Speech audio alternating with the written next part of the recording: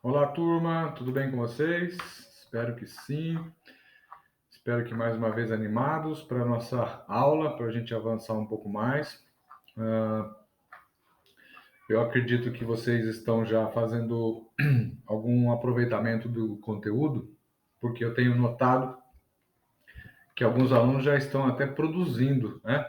Alguns alunos, deixa eu só pegar uma caneta aqui. Alguns alunos já estão até produzindo alguns textos, descrição daqueles trabalhos que pretendem desenvolver, da pesquisa que pretendem desenvolver. Alguns conversaram comigo, apresentaram seus temas, indicação daquilo que pretende trilhar dentro dessa pesquisa para a produção de um TCC. E eu quero aí fazer alguns comentários que eu penso servirão para todos vocês, né? Bom, eu acho ótimo que vocês já estejam preocupados com a produção do trabalho e já estejam escrevendo alguma coisa, fantástico. Pela experiência que eu tenho, tanto em graduação, eu fiz graduação, licenciatura, fiz especialização, depois duas pós, mestrado e doutorado. Nunca deixe para produzir isso no final do seu curso, mesmo que tenha um prazo avançado, um prazo estendido lá na frente. Ainda faltam 2 anos, 3 anos, 4 anos. Nunca confie nisso. Vocês sabem, eu tenho uma carreira como escritor, já há quase 30 anos escrevendo. Escrevo muito, trabalho profissionalmente como escritor, não só os meus livros, mas eu também sou contratado por profissionais e por editoras para produzir livros de outras pessoas. E assim, nunca, eu tenho muita experiência nisso, é isso que eu quero dizer, nunca deixe para depois, né? Mesmo eu que tendo experiência, eu sempre faço uma programação. Então, se eu tenho lá um prazo, vamos comparar o seu tempo de produção aí na faculdade e o tempo que um cliente me dá para produzir um livro. Então, vamos imaginar, o cliente me dá, tem que produzir 10 capítulos, entregar o livro em um mês, 30 dias, né? Então, ok, 10 capítulos, quanto tempo eu levo? Eu vou calcular, eu vou tentar fazer um capítulo para ver qual é a dificuldade daquele assunto, porque às vezes eu escrevo livros para psicólogos, para advogados, às vezes vem pastores, políticos, então são áreas diferentes. Eles me dão o conteúdo, porque na verdade eles é que são especialistas no assunto deles. Eu sou simplesmente um escritor, né? Então eu preciso medir qual é o grau de dificuldade. Precisa fazer pesquisa? Eu vou precisar ler algum outro material para produzir esse texto? Ou a pessoa já vai dar o texto mais ou menos adiantado, ou é uma palestra que aconteceu, ou várias palestras, cada palestra vai virar o capítulo de um livro. Então, são várias as situações que aparecem para mim. Então, aí eu divido o prazo que eu tenho, vejo o tempo que eu gasto para escrever o primeiro capítulo, e aí eu faço uma programação, mas nunca deixo para o final, né? Então, eu acho fantástico que vocês estejam já adiantando o serviço de vocês e façam isso mesmo, porque o benefício vai ser de vocês. Parece uma redundância, parece óbvio, mas muitos alunos não levam isso a sério. Por isso eu insisto bastante. Não deixe para o último ano, adiantem já, pelo menos a leitura. Se não quer escrever agora, adiante a leitura. Se envolva com o tema que você vai pesquisar, faça as leituras, faça os fichamentos. Os fichamentos eu já mais ou menos falei o que era, né? Que é coletar as informações da obra que você vai utilizar. Abre um arquivo no Word, digita lá o texto que vocês querem usar, a citação, a frase, o parágrafo, ou os parágrafos, ou as citações. Às vezes um livro tem mais de uma frase, mais de um bloco de texto do autor e você considera útil, né? Então, já reúna num arquivo essas informações, tire título do livro, subtítulo se tiver, nome do autor, tradutor se tiver, nome da cidade da publicação, o nome da editora, o ano da publicação e o número, muito importante, o número da página que você está fazendo a utilização daquela citação. Se você não tiver essas informações, se você tirar só as frases do autor que te interessam, na hora de você produzir o seu texto, o seu TCC, o seu artigo, você vai ter que voltar nesse livro, vai ter que procurar esse livro, identificar o número da página e o número das outras e o nome das outras informações. Por quê? Porque toda a informação de citação, toda vez que você cita um autor, você tem que dar as referências completas. Referências incompletas não valem. Então, lá na frente, o seu orientador vai dizer para você, olha, preciso dessa informação completa, senão o seu TCC não é aprovado, né? E aí, já que eu mencionei a pessoa do orientador, eu quero falar o seguinte, o orientador seu vai ser escolhido no último ano.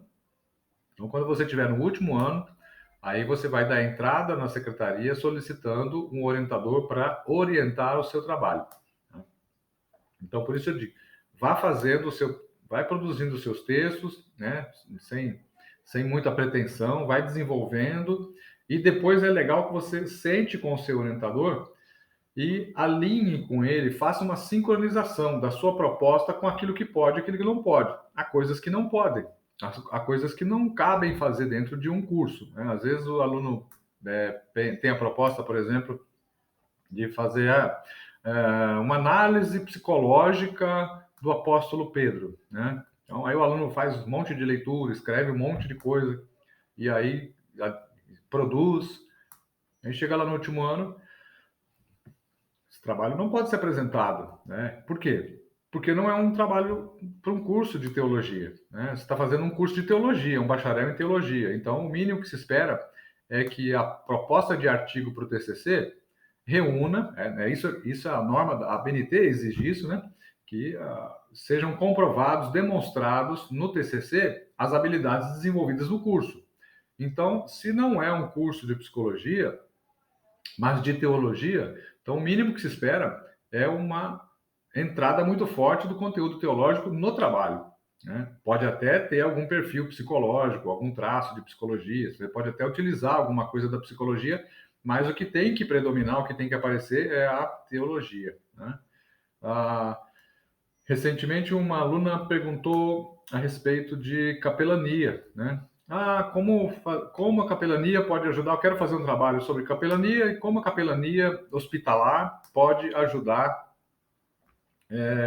o capelão a convencer os familiares dos pacientes de que há doenças que são doenças para a morte, tem doenças que não têm cura. Então, a família precisa se conformar que logo ela vai perder o seu parente, né? Então, como ajudar? Eu quero fazer um TCC, ela disse, né? Um TCC sobre como ajudar os capelães a convencer os parentes das famílias, né? Os parentes, não, a família do doente, do enfermo. Bom, cadê a teologia nesse trabalho, né? Então eu propus a ela, olha, como a teologia pode ajudar capelães no convencimento de parentes de pacientes em estado terminal. Então, como a teologia. Então vamos lá, a teologia vai ter algum embasamento textual, literário, teológico para poder ajudar os capelães? Então aí sim você vai reunir, né, a aluna vai ter que reunir as informações da teologia para poder auxiliar no trabalho de capelania hospitalar. Perfeito, porque você demonstra que reuniu informações de um curso de teologia na utilização para algum aspecto da sociedade, no caso, a capelania hospitalar. Então, sempre leve isso em consideração. No final das contas, o seu trabalho tem que demonstrar que você fez um curso de teologia e como esse curso de teologia ajudou você na solução do problema, que é o problema que o seu artigo vai tentar desenvolver, apresentar, ou explicar, ou propor soluções, enfim. Aí é você que vai pensar. Cada aluno vai pensar no seu trabalho, no seu problema, né, porque você vai estar pesquisando aquele aspecto que te interessa, ok? Então, você que vai construir o entendimento, um conhecimento dentro daquela área. Então, é isso. Então, a questão do orientador, né, fica para o final, fica para o último ano que vai ser definido, e aí você com o seu orientador vão traçar aí um plano de trabalho, né? Então, por isso eu falo, já vá fazendo leituras, já vá investigando aquilo que você gosta, para depois apresentar algo já amadurecido. E, claro, vá fazer as aulas, né? comigo, depois lá na frente vai ter a elaboração do projeto de pesquisa, tem uma outra disciplina mais para frente que vocês vão avançar aquilo que eu apresentei aqui. Então aqui eu estou dando as bases, né? Tudo aquilo que eu der aqui precisa ser aproveitado no trabalho, e é o que eu gosto de mostrar. Agora hoje a gente vai falar, por exemplo, sobre algumas questões de texto, de escrita, composição textual, né? Como dicas, né? Para vocês se orientarem. O que fazer, o que não fazer. Acho que nessa aula, na próxima também, devo falar alguma coisa, né? Falei de algumas coisas de normas, né? Tipo de letra, tipo de espaçamento, como é que faz uma capa. Então, isso já é conteúdo dado. Vamos aprofundar, tem muito mais matéria para dar. E aí vocês vão já ajuntando aquilo que vocês querem escrever, o tema que vocês querem desenvolver, com essa parte metodológica que eu estou dando aqui. A minha proposta é que no final dessa disciplina, no meio do ano, vocês já tenham pelo menos a estrutura de uma boa introdução para o texto de vocês. Então, agora, imagine na sua cabeça aí, um artigo. Lembra que eu falei? A história lá da redação no primário, né? No ensino fundamental. Então, tem que ter introdução, desenvolvimento e conclusão. Num artigo, ou num TCC, ou mesmo uma monografia, que é um trabalho maior, precisa ter a introdução, o desenvolvimento, que podem ser 3 capítulos, se você fizesse uma monografia, e mais as considerações finais ou a conclusão. E depois vem o quê? As referências bibliográficas. Tá? Um artigo que é enxuto, né? Se uma monografia tem 80 páginas, um artigo vai ter cerca de 20 páginas. Então, imagine que nessas 20 páginas você vai ter que fazer a introdução, não vai ter capítulos, porque o artigo não tem capítulo, mas vai ter 3 tópicos, pelo menos. E depois as considerações finais e as referências bibliográficas. Então, você divide aí, vê mais ou menos quantas páginas você vai utilizar, 2, 3 páginas para a introdução, vai gastar 1 ou 2 páginas para as referências bibliográficas, né? Então, aí já são 4 ou 5. Sobraram 16, 15, 16 páginas. Então, tem que fazer aí 5 páginas, mais ou menos, por tópico, né? Então, vai mais ou menos dividindo isso na sua cabeça. Claro, se quiser fazer um artigo mais extenso, 25, 28 páginas, também não tem problema, né? Às vezes tem aluno que tem dificuldade de escrever um pouco mais, mas aí cada um veja o que cabe na sua situação, né? Está bem? Então, vamos lá.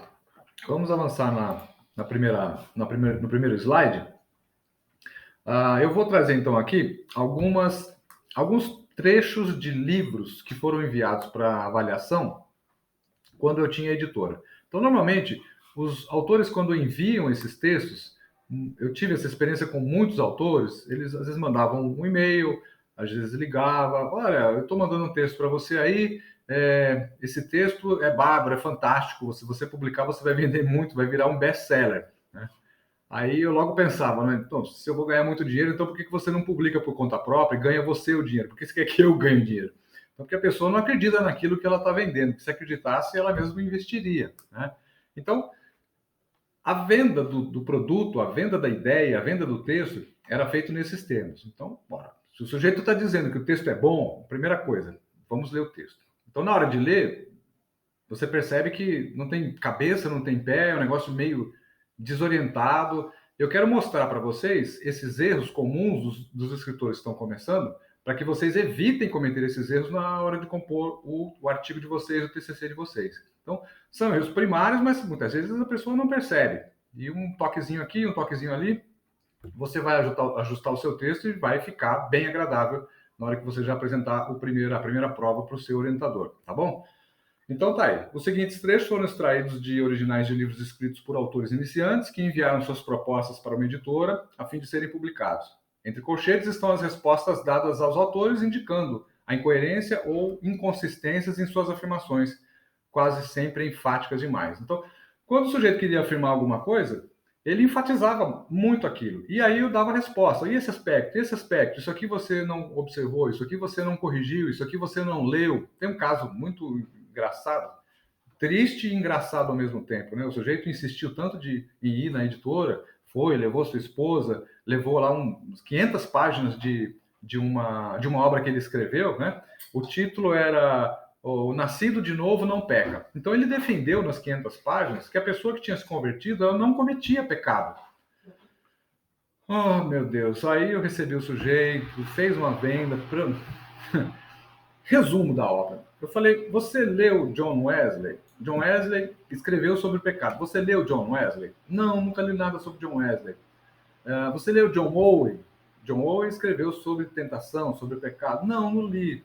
Você leu John Stott? John Stott fez um comentário da primeira epístola de João, em que ele fala, né? Olha, filhinhos, rogo-vos que não pequeis, mas se pecarem, tem um advogado junto com o Pai. Ou seja, João está dizendo ali que o cristão vai pecar. Ele não está negando a possibilidade de pecar, né? Rogo-vos para que não pequeis. Mas se pecar, ora, se João está dizendo mas se pecar, ele já está considerando essa possibilidade, tanto que ele propõe já um intercessor. Temos um advogado com o Pai e é Jesus Cristo. Então, o sujeito simplesmente desconsiderou esse texto, desconsiderou os comentários, desconsiderou a história do desenvolvimento teológico do tema do pecado, que é a Ramar Teologia, e escreveu uma obra de 500 páginas, gastou tempo, perdeu dinheiro e queria que eu publicasse. Não, não vai ser publicado, isso não tem o menor cabimento. O sujeito ficou frustrado, gastou muito tempo, então é por isso que se pesquisa, por isso que a gente fala, revisão, tem que fazer revisão da bibliografia. Vocês devem ter ouvido já alguns professores dizendo e vão insistir, faça a revisão da bibliografia. O que é a revisão da bibliografia? Pegue os principais autores, os clássicos, aquilo que já foi escrito sobre o tema que você vai desenvolver, sobre o tema que você vai pesquisar, e leia o que as outras pessoas escreveram antes de vocês. Isso é uma revisão da bibliografia. O que você vai fazer? Você vai aumentar o seu conhecimento, vai aprofundar o seu conhecimento, vai evitar cometer o erro que esse sujeito cometeu.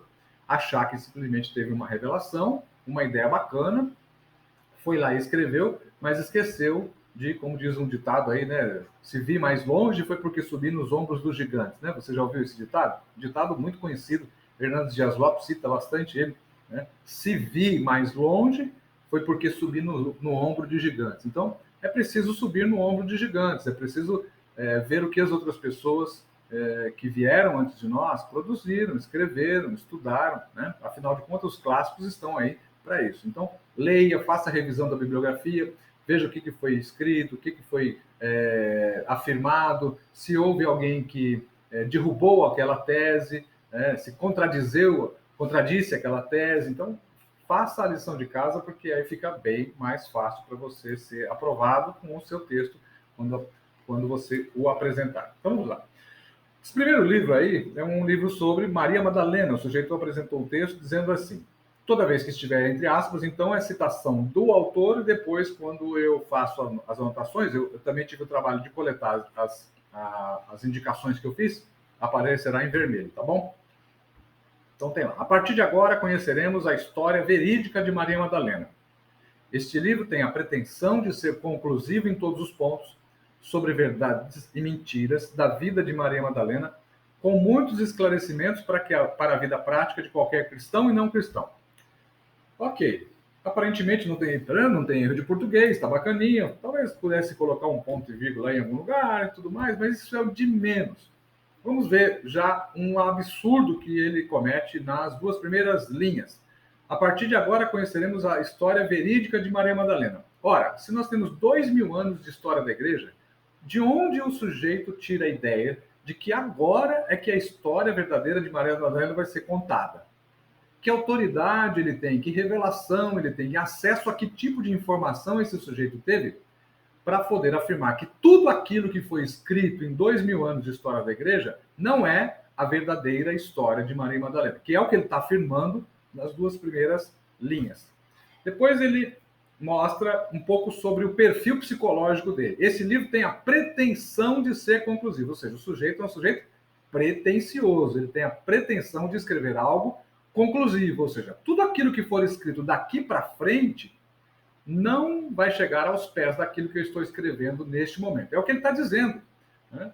Então, esse texto aqui é legal, porque eu também consigo mostrar para vocês que tipo de pergunta vocês podem fazer para aquilo que vocês mesmos escreverem. Então, quando escrever um texto, um parágrafo, um capítulo, faça perguntas para o texto que você escreveu, né?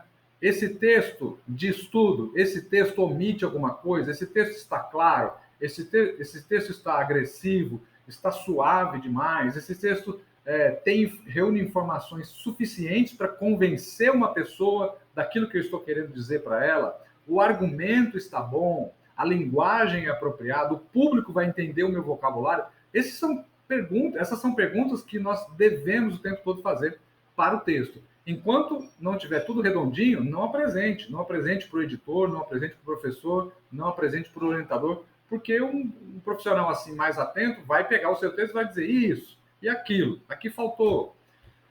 Eu vou mostrar alguns exemplos para vocês mais para frente, que o sujeito diz assim, conforme ficou demonstrado, mas aí você vai ler o texto, percebe que ele não demonstrou nada, ele não conseguiu convencer ninguém de nada, ele simplesmente apresentou a sua ideia, mas não convenceu. Não reuniu informação, não tem um dado, não tem uma citação, não tem uma estatística, não tem nada. Então, como é que ele vai convencer uma pessoa que tem um pensamento crítico daquilo que ele está pensando? Então, isso é um argumento vazio. Como ficou demonstrado? Não, você simplesmente escreveu, jogou palavras, mas não demonstrou nada, não argumentou nada. Né? Ok? Então ele diz lá, esse livro tem a pretensão de ser conclusivo em todos os pontos sobre verdades e mentiras da vida de Maria Madalena, com muitos esclarecimentos para a vida prática de qualquer cristão e não cristão. Ou seja, é quase uma Bíblia, né? Porque serve para todo mundo, para quem é crente, para quem não é crente. Né? A pessoa vai poder pegar esse livro, um livro sobre uma mulher, e aplicá-lo à sua vida, mesmo se o sujeito for um homem. Né? Então, é o que ele está dizendo nas duas últimas linhas. Ou seja, todo mundo, criança, adulto, velho, idoso, homem, mulher, gay, todo mundo que lê esse livro vai tirar informação importante a respeito da vida de uma mulher na Bíblia que não tem muita informação. Se fosse um Davi, se fosse um Isaías, se fosse Jesus, tem muita informação na Bíblia sobre eles. Mas sobre Maria Madalena, que raio de livro esse cara escreveu que tem tanta informação assim? Percebe o absurdo que o autor pensa que está cometendo, está apresentando um texto fantástico, fabuloso, e na verdade não tem nada, porque sobre Maria Madalena tem muito pouca coisa. Pode se escrever muita coisa, tem muito de texto apócrifo sobre Maria Madalena, tem produção literária recente, Dan Brown produziu alguma coisa, mas até aí tem muita coisa, muito desse material é material espúrio, não tem comprovação histórica. O Dan Brown faz ficção, muita gente pensa que o que ele faz é história, mas não, ele é um tipo de ficção recente. Surgiu aí com o J.J. Benítez, naquela Operação Cavalo de Troia, aquela coleção de livros, acho que são 15 volumes. Ele fazia isso, pegava um dado histórico, um fato, e em cima disso ele construía uma ficção. Ele ficou famoso, ficou podre de rico. Por quê? Era um texto que o sujeito lia e não sabia se era verdade ou mentira, e era muito atraente. O Dan Brown desenvolveu a mesma técnica que o J.J. Benítez, e aí muita gente lê e pensa que aquilo é revelação, é evangelho, é Bíblia e tudo mais. Mas não é, é ficção. Parte de um aspecto histórico, pega lá um lugar geográfico existente, o Museu do Louvre, tá? E ele construiu uma ficção muito bem escrita, muito bem realizada, e as pessoas embarcam, não sabendo que tipo de literatura é, ok? Outro livro, outro texto. Quando o apóstolo retransmitiu a mensagem Deus é luz aos leitores da sua epístola, os seus ouvintes, à época, também não eram cristãos. Percebe-se que o público-alvo da mensagem de 1 João 1,10 difere do público-alvo, crentes ou descrentes, relativo ao verso tido como sendo irreconciliáveis. Texto confuso, né? Todo aquele que permanece nele diz somente aos cristãos, enquanto os descrentes são caracterizados pelo fato de a palavra não estar neles. Ponto final. Ok, esse é o trecho do livro que eu avaliei. Aí eu coloquei, tá aí a resposta que eu dei. De onde você depreende isso sobre João e os seus leitores? Preciso explicar como João enviaria uma epístola a um grupo de não cristãos. Eles estariam reunidos onde e por quê? Né? Ele está dizendo que João escreveu um texto com dois públicos-alvos, um de crente e outro descrente. Mas de onde ele tira dentro da carta de João que haviam dois públicos-alvo do seu texto e como ele consegue afirmar que esses dois públicos estariam juntos quando a carta seria lida? Isso é um absurdo, não tem como comprovar isso nunca. Isso cientificamente não dá para demonstrar. Não há dados suficientes para poder comprovar o que ele afirma. Né? Então, quando você for fazer uma afirmação, certifique-se de que é possível demonstrar, comprovar. E aí, às vezes, até a revisão bibliográfica pode ajudar você. Você pode fazer uma afirmação a partir da afirmação de outro autor de um livro, de um artigo científico, que trabalhou nesse mesmo aspecto que você está querendo demonstrar. Então, aí a minha dica é o seguinte: segundo o autor tal, isso aconteceu assim, assim, assim. Segundo a pesquisa, segundo a entrevista, então você coloca isso na conta de outra pessoa. Se você quiser apresentar aquela ideia, não afirmar categoricamente, dogmaticamente. Aí é um risco que você vai cometer. O seu orientador, ou se isso passar pelo orientador e for para a banca, aí você pode se dar mal. Porque se você fizer uma afirmação muito categórica em cima de algo que não tem comprovação segura, a pessoa pode puxar o teu tapete. Então é melhor dizer, segundo fulano de tal, aí você coloca a responsabilidade da comprovação sobre o autor que você está citando, e você fica protegido, tá? Então é um recurso quando você quer dar uma informação e não tem muita certeza, mas viu que alguém já pensou mais ou menos na mesma linha que você, é um recurso que se utiliza. Segundo fulano, segundo Beltrano, conforme o texto tal, e aí você fica protegido, tá? Você dá a informação e fica protegido. Isso é bacana. Próximo slide. Portanto, não vos entristeçais, porque a alegria do Senhor é a vossa força. Neemias 8:10. Cristo é a força do Senhor, pois o Pai dele diz: eis que uma voz dos céus dizia: este é meu filho amado, em quem me comprazo. Mateus 3:17. Aí a afirmação continua a citação do sujeito lá, né? Compraz é o mesmo que alegria. Cristo é a alegria, entre parênteses, o comprazo de Deus, a força de Deus concedida aos homens. Aí a minha resposta. Tem certeza de que a alegria do Senhor é a nossa força? Significa isso? Com prazer significa ser cortês, fazer a vontade de, e não significa alegria. Então ele está dizendo que com prazer é alegria. Não é. O significado da palavra com prazer, o verbo com prazer, se a pessoa se compraz, não é alegria. Né? O significado é outro. Então, aí uma dica: palavras que você não tem certeza sobre o seu significado, vai para o pai dos burros. Não tem dificuldade. Pega o dicionário e leia. Procure a palavra. Não tem dicionário legal, professor. Meu dicionário está desatualizado. Tá. Joga no Google. Joga no Google. Você vai ter lá várias opções de dicionário. O próprio Google vai te dar uma definição. Mas não queira falar difícil com palavras que você não tem muita certeza, muita segurança sobre o seu significado. Às vezes você está construindo um texto, uma palavra vem na sua cabeça e parece que ela encaixa legal. Mas se você tiver dúvida, vai lá, olha no Google, veja se ela vai fazer sentido dentro daquilo que você quer dizer. Uma vez, eu era superintendente da escola dominical na Assembleia de Deus do Bom Retiro e tive o desprazer de assistir uma aula de um advogado, inclusive. Ele deu a aula toda sobre as bem-aventuranças, lá de Mateus capítulo 5, e ele insistia que bem-aventurado a bem-aventurança que Jesus disse ali, bem-aventurados os pobres, bem-aventurados os injustiçados, significava aventura, ter uma boa aventura. Ora, bem-aventurança significa ser feliz, bem-aventurados os pobres, ou seja, felizes os pobres, porque deles é o reino dos céus. Era isso que Jesus estava dizendo. Não é ser bem-aventurado não significa se envolver em uma aventura, um negócio translocado, maluco, nada disso. Mas o sujeito deu uma aula inteira, né? E depois os alunos vieram em cima de mim. Mas como é que você deixa o professor dar aula desse jeito? Bom, o cara é advogado, devia fazer a lição de casa. Né? Eu fui pego de surpresa também. Né? Enfim, tem dúvida sobre a palavra? Joga no Google, pergunta. Geralmente, quando eu dou essa aula em classe presencial, eu faço uma brincadeira com os alunos e falo para eles darem a definição de ecumenismo. Né? Porque é uma palavra do nosso meio, uma palavra da teologia, do estudo das religiões, então cabe bem. E aí, normalmente, mais da metade das respostas que eu ouço dão conta de que a palavra ecumenismo tem a ver com sincretismo, mistura de deuses, cultos sincréticos, misturam tradições religiosas diferentes numa mesma celebração. Bem, eu já dei a dica aqui, né? Ecumenismo é uma coisa, sincretismo é outra. Sincretos. Sim é de sinótico, tá lembrado daquela palavra sinótico? Os 3 evangelhos sinóticos, Mateus, Marcos e Lucas.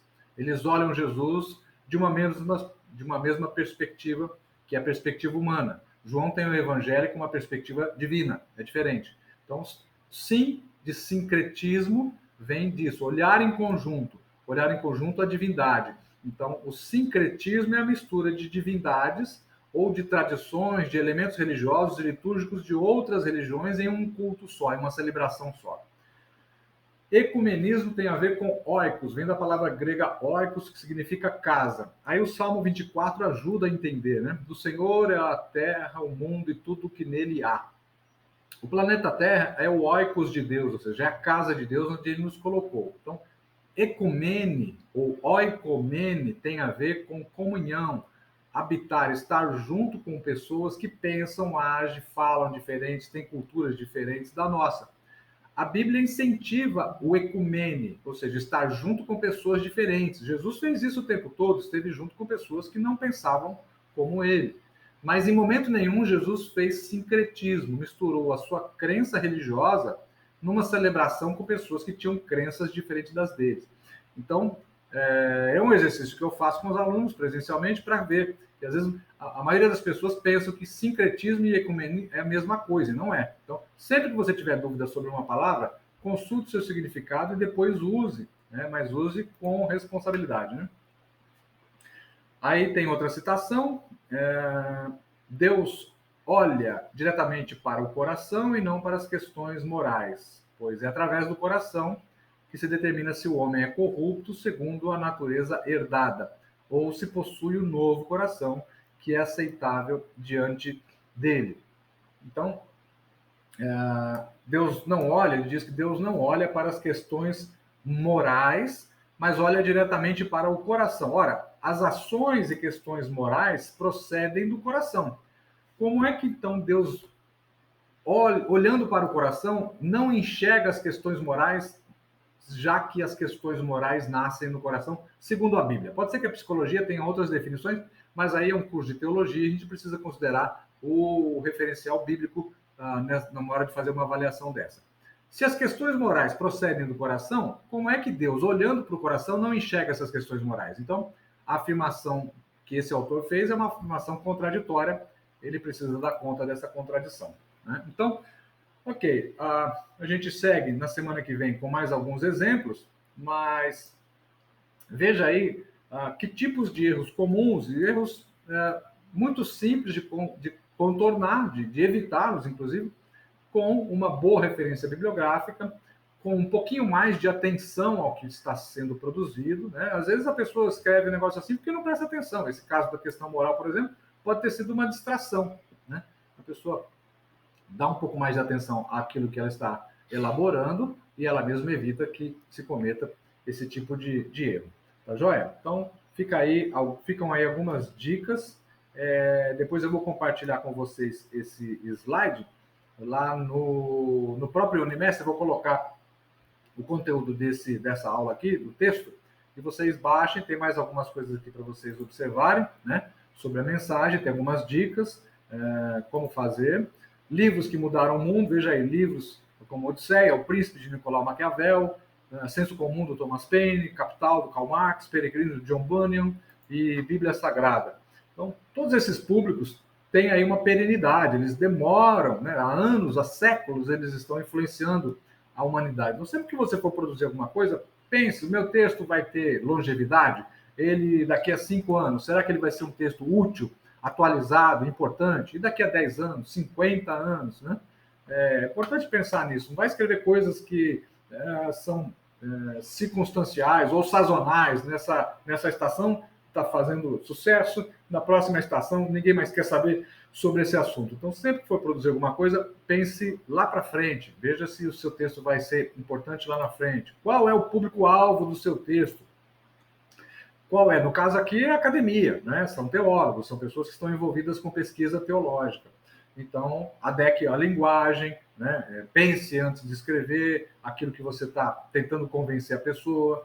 Se for escrever um outro tipo de texto, um texto devocional, uma coisa do tipo, também sempre considere o público-alvo. Isso é muito importante. E aqui alguns outros tipos de gêneros e estilos.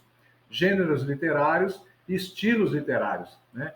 a gêneros como biografia, textos de meditação, textos acadêmicos, textos na área de direito, textos na área médica. Então, são estilos diferentes e gêneros diferentes. Assim como o texto, também o autor. Tem autor que escreve sobre determinada área, mas não necessariamente precisa ser bom em outra área. Então, sempre tentando juntar essas características próprias de texto e autor, a conta geralmente fecha no final. Tá legal? Bem, é isso daí. Espero que essas pequenas dicas tenham ajudado. Na semana que vem eu vou trazer mais dicas para vocês, mas eu penso que inicialmente dá para vocês começarem a trabalhar com isso que foi dado.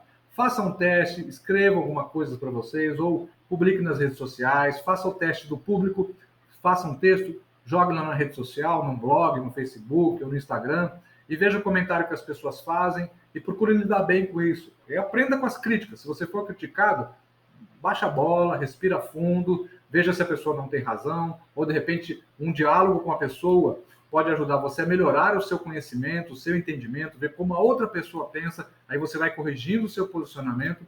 Isso também é muito útil, né? Quando você for passar por uma prova com um texto mais acadêmico, um texto mais bem acabado, você também vai ter condições de enfrentar melhor as críticas que um pessoal da banca pode fazer para você, ou mesmo alunos, dependendo do trabalho ou da apresentação que você fizer na faculdade. Tá legal? É isso aí. Espero que isso ajude. Na semana que vem a gente volta e vamos em frente, construir aí um conhecimento até que você consiga fazer o seu TCC, o seu trabalho ficar de pé.